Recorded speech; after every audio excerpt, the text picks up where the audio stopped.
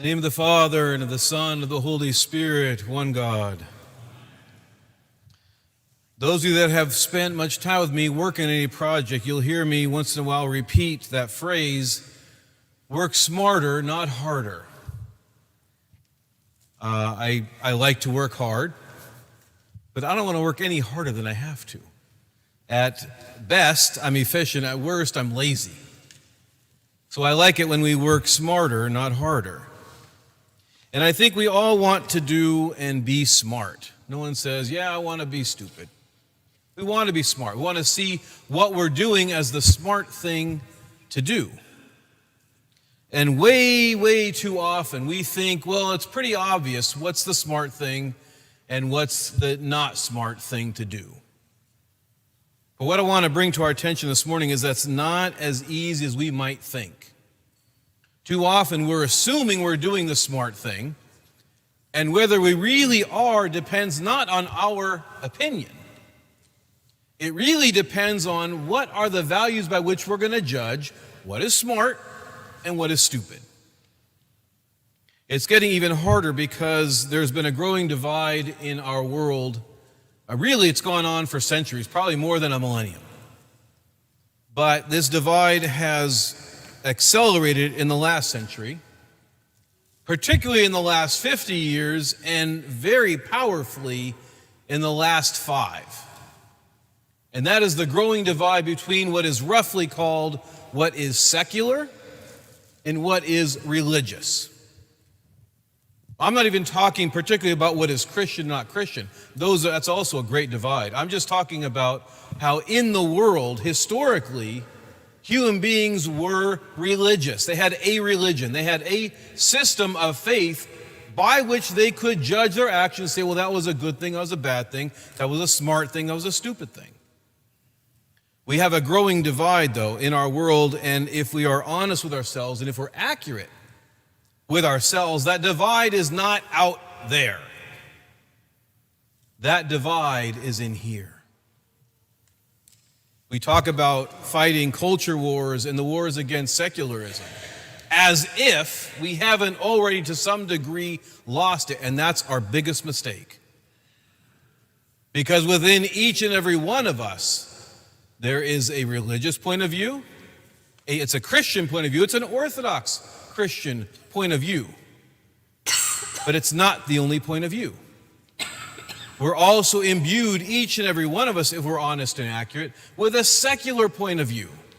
We've been soaking in it, not just in our lifetimes. The world has been soaking in it, like I said, for centuries, but particularly these last several years, to the point where none of us have escaped it.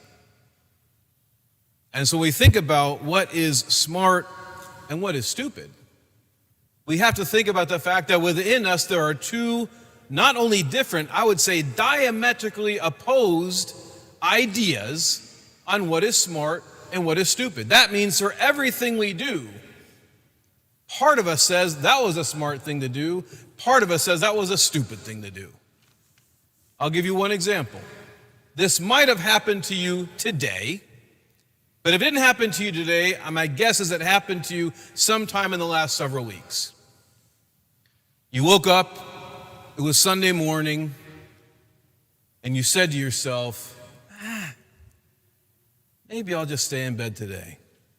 Maybe I'll watch it on the live stream. Maybe I'll just skip this week, but I'll go next week. Because in our heads, it's kind of dumb to wake up early on the one of 2 days that many of us have off per week, to give up our morning coffee, to not go sit where we sit and enjoy that coffee or a cup of tea, and we used to read the paper, now we scroll online. A part of us feels like it's a dumb thing to do to skip all of that, don't even take a drink of water, get ourselves dressed up and come to church on a Sunday morning. Part of us. If it didn't happen today, my guess is it happened to you at some point. I guarantee you, if it didn't happen on a Sunday recently, it probably happened on a Saturday night or another night where Father said it was really important we come to church. But we found other things to do because we have another value system that says those things aren't all that smart.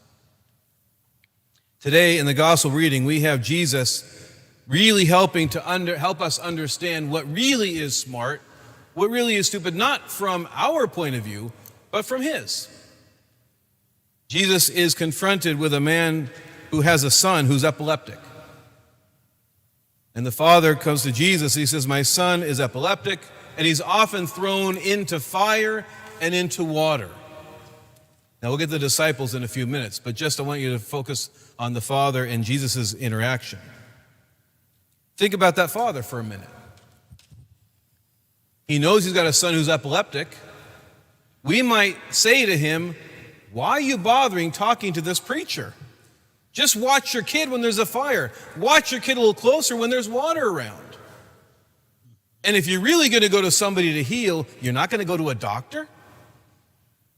And if you're going to go to a religious figure, you're not going to go to the temple, to the synagogue, to the rabbi. You're going to go to this itinerant preacher that the rabbis, by the way, are not very happy with.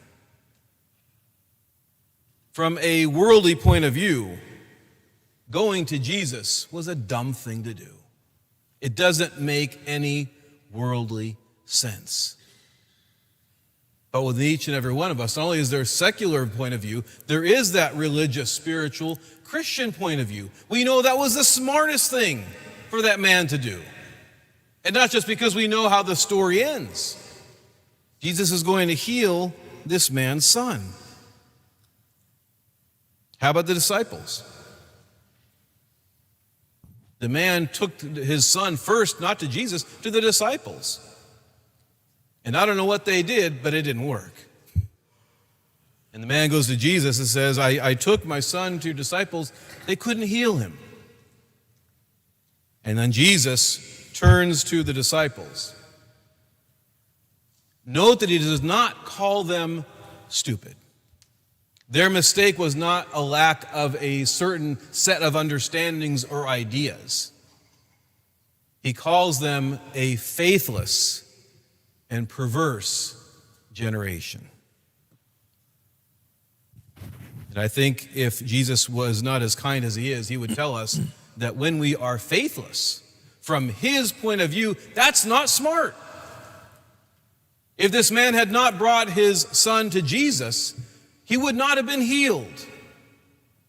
It was the wisdom of taking his son to Jesus that got him what he was looking for.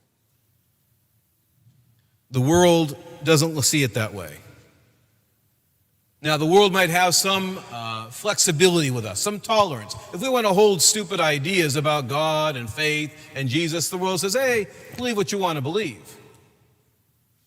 But if you ask an atheist, what do you think about me going to church? Is that a smart thing to do? Why would you do that? Why would you waste your time? If you don't think it's true, think about what we're hearing more and more and more every time there's a mass shooting. Don't give me your prayers. Now, I understand there's a sentiment there that says we have to do more than just pray. I get that. But don't give me your prayers. We haven't heard it as clearly as that. That the secular point of view is getting more and more intolerant, not necessarily of our ideas, but our actions. Pretty soon, I don't think I'm a prophet to predict this, the government is going to say, why are we giving these churches non-profit status and not taxing them? What is that getting us as a country? There was a time when the country said, that's important. Let's take off whatever burden we can of religious institutions. Let's not tax them. They're helping out the country. I'm not sure that's the majority opinion anymore. So there is this growing divide not only in the world, but again, more importantly for our situation, within us. Jesus said to the disciples when they asked him, why couldn't we cast this demon out? And he said, because this kind only comes out with prayer and fasting.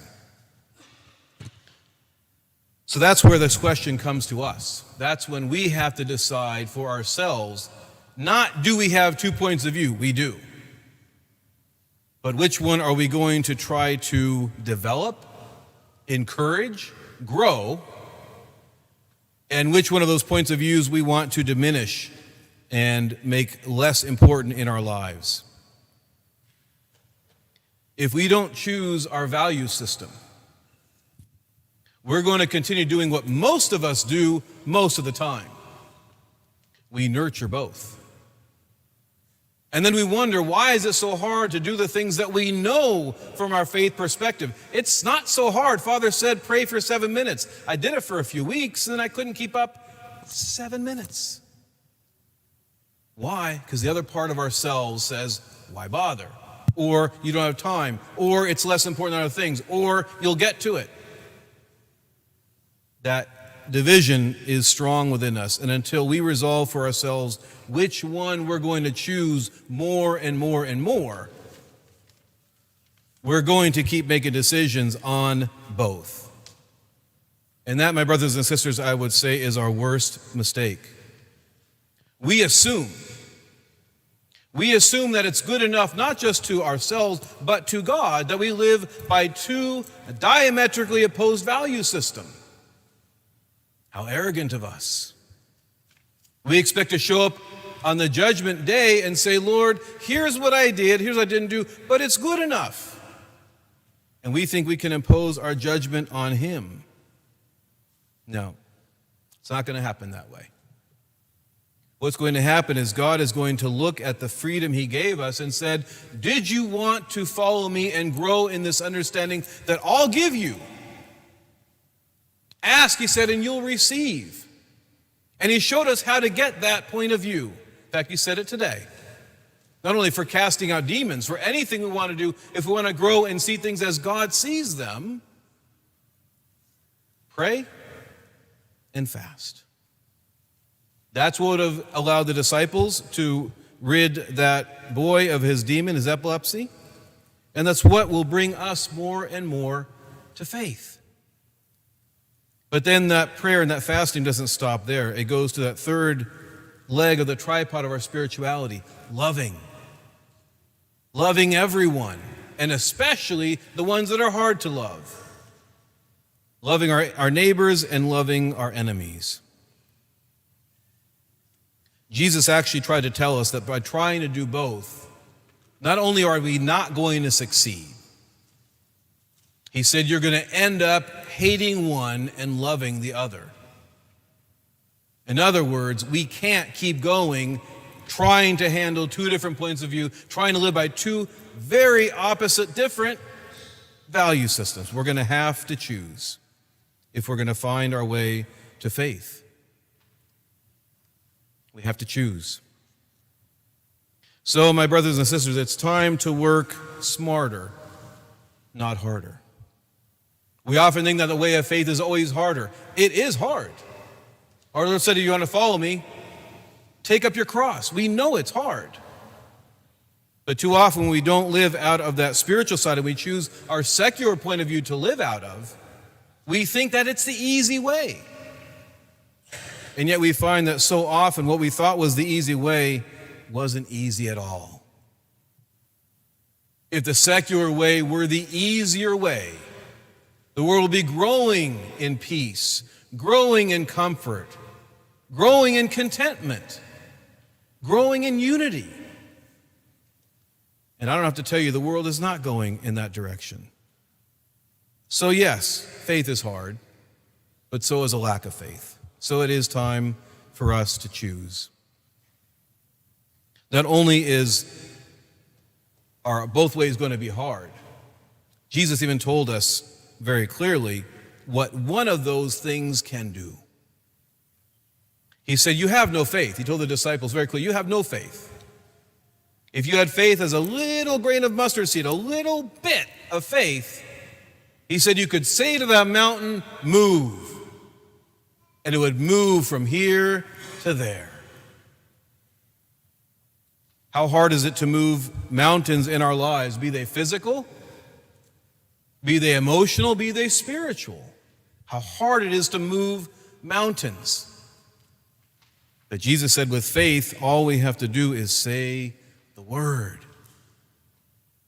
So I hope we'll think more clearly about what are the value systems by which we've been living. Too often we're faced with the call to live the Christian life, whether in our prayer, our coming to church for worship, our fasting, our almsgiving, our works of mercy, corporately as a community and individually to people around us. Too often we've said, well, not now, meaning it's not smart to do it now. The smart thing to do, according to God, is to live by faith in Him. And He says if we do so, we're going to move mountains. So let's be people of God. Let's work to adopt His worldview, not our own, and not of the secular worldview. Let's be people of faith.